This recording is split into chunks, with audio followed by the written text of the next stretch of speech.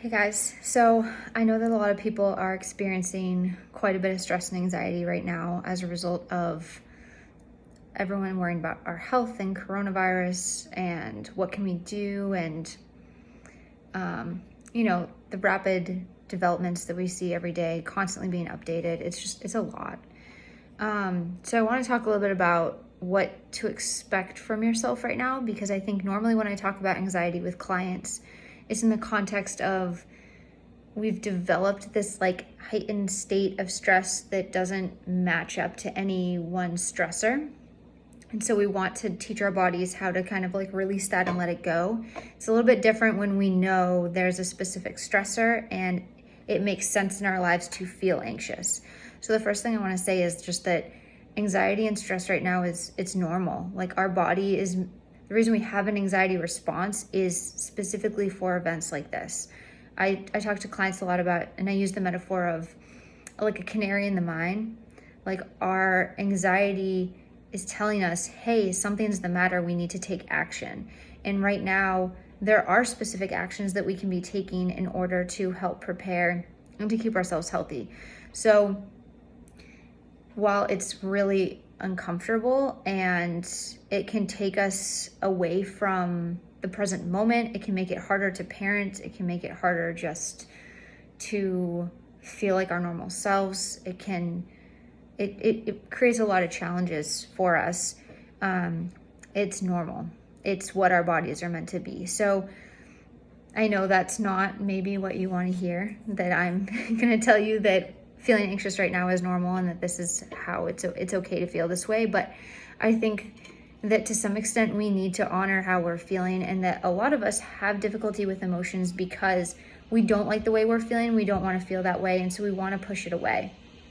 I want to talk to you tonight about some different techniques that instead of pushing them away, we can use to process through, so that we don't have our emotions boiling up and our frustration and all this pent up stress boiling up at our children or our partner or friends that we talk to on the phone or whatever. It's really easy when we're in this state of anxiety, stress, alarm, to be very triggered by the things that people are saying or doing. And so these resources that I'm going to give you are all meant to help you process through, so that you can kind of be at least a very safe place for your children. But also so that you can feel like you're doing something with the emotions that you're feeling, and that they're not just building and building and building and making it difficult to sleep and making it difficult to function. For me right now, I'm experiencing stress and anxiety on a daily basis, a couple times a day. I would definitely say that I spin into oh my gosh, this, and oh my God, what am I gonna do about that? And that's not gonna stop. My goal isn't to stop that anxiety from happening. It's to do whatever action I need to do and then come back to functioning in a way that I need to in the moment. So let me get back to my outline, because I've already gone wildly off and talking. But so it's like canary in a mine. Something's wrong, but we can take action. So right now, that's, our anxiety is very legitimate. There are actions we can take, like washing our hands, shopping for, staples in our pantry, canceling plans in order to follow social distancing guidelines. There are things that we've been encouraged to do, and we can take those actions. So anxiety in this alarm state is really our body and mind doing their best to keep us safe, but it makes it really hard to stay present with our children, and it's hard to be the calm that they need from us. When we feel anxious and stressed, they feel it too, because they're so reliant on us for their safety and security. They're in a very dependent state, no matter how old your kids are. If they're still living at home, they are in a dependent state upon us. And so especially with younger children, they are hardwired to feel our emotions and to be very vigilant of our emotional state, which means that when we're at our worst, our children are also needing the most support from us, which can be very challenging. This is when we need to focus most on our self-care and make sure that we are processing and dealing with our emotions so our fears and frustrations don't boil over onto them. So, when our children are really emotional, it can be hard to help them process through their own emotions when we're having trouble processing through our own emotions. So if we're carrying all this weight of the stress and frustration, and then they're just, having a typical, toddler day, or a typical, 5-year-old day, or, your children are home and they're not normally here. And so their schedules, their routines are different. Like they're just having a hard time on their own. When we add our own, frustration, stress, fears into the mix, we can create a lot of challenges with parenting. So not only is, it not comfortable to feel stressed, but it can also make our job as parents a lot harder. So as far as self-care, only you will know what will help you to feel your best, right? We're all different. This is a great time to prioritize your to-do list and let the things that aren't critical, such as getting your clean laundry put away, or there being toys everywhere, or your house feels messy and disorganized, right? Focus on what matters most, your emotional health and the well-being of your family. So for some, connection and sitting and playing with their kids is really re-energizing, and that makes them feel good. And for those same people on a different day, that could be completely triggering and exhausting, and what they really need is solo time. So now is a great time to sit, take stock, brainstorm of what is going to help you feel good. So an extra long shower, reading, watching TV. Like this is the time when like those guilty pleasures you have that you don't want to admit to having. Like I've been rewatching Grey's Anatomy from the beginning. What else is a guilty habit I have? I don't know, eating extra dessert. Like I ate cookies for lunch and I am gonna eat a brownie with my dinner tonight. Like, I'm trying to think of what else. I'm a huge TV person. I love to just like be able to be mindless for a little bit and watch TV.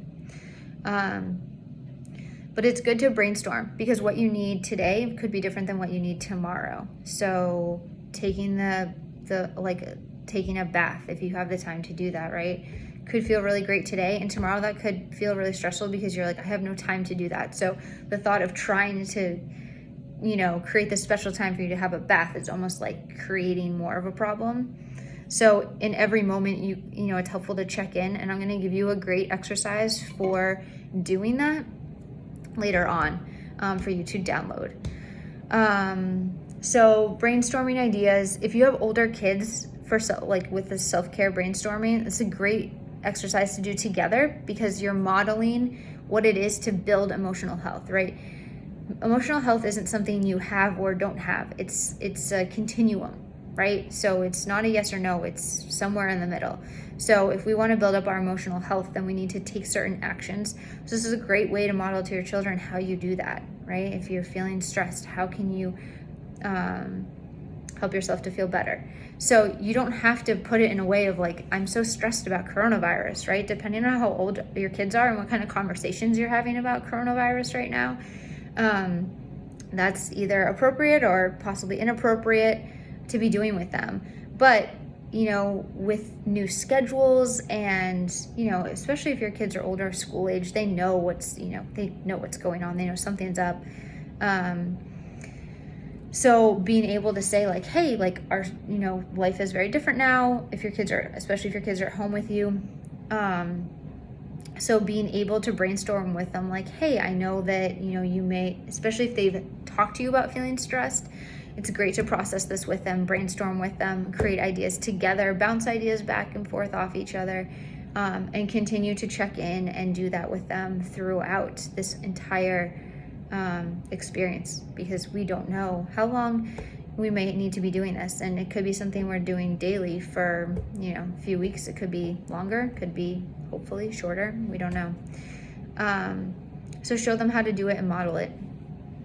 So the grounding exercise I'm going to give you is great for connecting to yourself when you notice that you're feeling, with yourself, to notice what you're feeling so that you can determine what you need in that moment. This exercise takes a few minutes to complete. I think it's like 8 minutes long. However, once you get the hang of it and you do it repeatedly, you'll know it so well and the basics of it so well that you can kind of do it on your own whenever you need to. But the first couple times, listening all the way through, letting yourself, I find that the reason I love guided meditations or guided work like this is I can just sit and not have to think. So notice that about yourself, whether you like listening all the way through or you're like, hey, I kind of know how to do this, I'm going to do it on my own. When you can kind of take the basic tenets of it and do it on your own, you can do it anywhere, anytime, and to any certain degree. You could do a couple minutes of it, or you could do it for a lot longer. So that's very, customizable to what you need in the moment. It's a great way to start or end the day to feel more connected to yourself, which can help you feel more confident and also release the pressure to do something more or be something more. Right now, I think a lot of people are feeling out of control, right? And we want to gain some control, which is why we see a lot of people, hoarding, toilet paper or basic goods, or even going and buying, a lot of extra food right now. There's certain things that obviously we want to do to prepare ourselves and, set ourselves up for success. And then there's also like fear-driven behaviors, and which are driving us to kind of just like, what else can I do? What else can I do? And really spiraling into the like, I need to do something. And it kind of helped the stress to build. So if you find that that's been you lately, then I would definitely recommend this grounding work to do at least once a day. I want to talk about the other exercise I'm going to give you, which is very simple and short. You can do it anywhere, anytime. And this is something that it's not like meditative where you're going to like listen to my voice and it's going to like be so relaxing. That's not really how it works. It's called diaphragmatic breathing. It's the way that we breathe when we're sleeping. So it helps our body and mind to reset to a very relaxed state. It's very restorative. It's also a skill to be developed. If diaphragmatic breathing isn't something you've done before, if this is like a totally new term to you, give yourself several times to practice this before you say like, hey, it's not working. I've taught hundreds of people to do diaphragmatic breathing, and I've never met someone who didn't find it to help them. However, the first few times, I find that a lot of people are challenged by it because when we are in a really heightened, stressful state, it's hard to take yourself from, 100 to 10, right? And so a lot of times when we're looking for relief, and I offer diaphragmatic breathing as an exercise, a lot of clients will tell me like, it's not working. I don't feel relaxed. It's not meant to just like be a quick fix. It is a skill. You will need to practice. That being said, it's extremely effective. It can work very quickly, but if you put pressure on yourself to like, why isn't it working? You can see how that mindset can help kind of take you in the wrong direction. So give yourself a chance to just experience it. It can be very uncomfortable for people who have difficulty sitting still. If you're the kind of person who's always on the go, this will be a very big shock for your body and mind to be able to sit, to be in stillness and just breathe. We rarely do this in society. Like, you just don't see people sitting and being with themselves and taking deep breaths. So it's extremely effective. You can do this in the exercise. You are, close your eyes, but I tell clients, like, when you're driving a car, you can be doing this obviously with your eyes open and still being aware, but also utilizing the technique of deep breathing. So you can do this anywhere, any place. For those of you who are having a hard time falling asleep, this one is really great for falling asleep. If you can teach your body, or if you can give yourself the time to build up this skill, it is insanely helpful for helping to fall asleep. What else do I want to add about this? So the goal isn't to be anxiety free, right? I'm not trying to sit here and tell you like you're not going to feel anxiety, right? This is a very normal state for us right now, and it's natural. If we turned our anxiety off, we wouldn't be effective humans right now because we wouldn't be responding to the stressors in our lives. if there's action to take, we need to take action. And right now there are those things, right? Social distancing, washing our hands, amongst others. So the world is scary. Like, we're afraid, and experiencing anxiety is part of that process. The goal is to be able to process it and move through it so we can also take other life enhancing actions, and so that we can be the calm presence our children need from us right now. Young children have a very difficult time with emotions. They're, especially for children under the age of 5, they're experiencing emotion and acting, right? So they can't do anything with their emotions. It just causes them to act. As our brains get more developed and we, work our way up into adulthood, we do develop the ability to have a thought and pause and not take action. However, that's still difficult as adults, right? We have emotions, we want to react. Remember, that's why people tell you, like, when you're in the heat of the moment, don't send the nasty email you just wrote, wait 24 hours. It's the same thing. Like, we all have difficulty with these emotions, but our children are very much emotional beings, and they need us to help regulate their own emotions. So if our children are really anxious right now, if they're stressed, or if they're just bouncing off the walls, or they're overtired and they're just really emotional, our job as parents is to be like that calm sounding board, to give our children a place to come back to. So if we rise up with their emotion, they don't have anywhere to go other than wherever we are. So it's a challenge. It's one of the greatest challenges with parenting, is being able to not react and to kind of like manifest the state that we want for our own children. And right now it's especially challenging because, for very good reason, we are feeling a lot of different emotions right now. So the best thing isn't to try to ignore it, but to process through it, to let ourselves feel those feelings, and to then be able to help ourselves relax and come back to a state where we can make rational decisions, where we can help others, like our children especially, with their own frustrations and fears and anger and excitement and all of it, right? So remember to be kind to yourself and easy to yourself right now. This isn't a good time to try to live life like you normally do. There's a lot of extra pressure on us right now, and so this is a time to whittle down your to-do list, right? Like, half of the shit on there needs to not be on there. If we try to do it all, we will feel crazy, and we will start to, really drain our emotional account.